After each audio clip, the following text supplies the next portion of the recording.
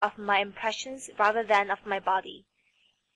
Such a man I found in the Duke, but the Duke is old, and old age neither protects nor consoles.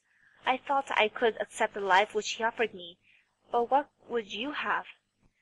I was dying of ennui, and if one is bound to be consumed, it is well as to throw oneself into the flames as to be asphyxiated with charcoal. Then I met you, young, ardent, happy, and I tried to make you the man I had longed for in my noisy solitude. What I loved in you was not the man who was, but the man who was going to be. You do not accept the position. You reject it as unworthy of you. You are an ordinary lover. Do like the others. Pay me and say no more about it.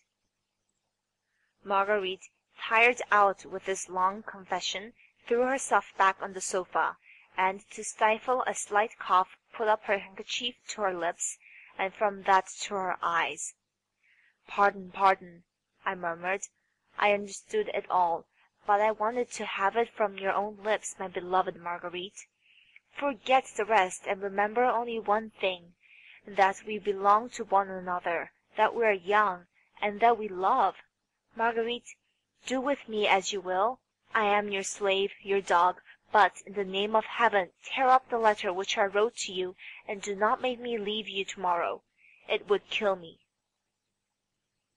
Marguerite drew the letter from her bosom, and, handing it to me with a smile of infinite sweetness, said, "Here it is.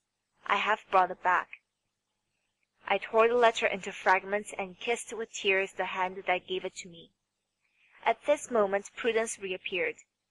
"Look here, Prudence, do you know what he wants?" said Marguerite. "He wants you to forgive him." "Precisely." "And you do?" "One has to. But he wants more than that." "What then?"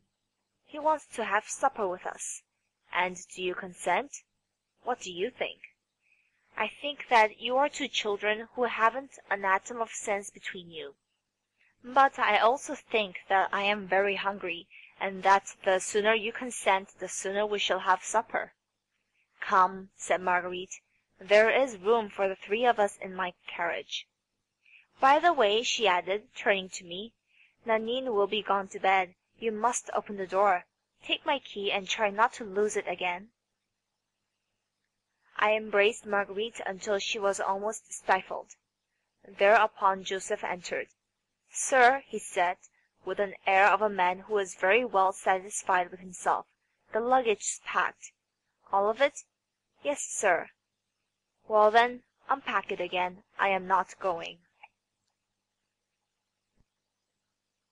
End of chapter 15. Recording by Sophia Choi.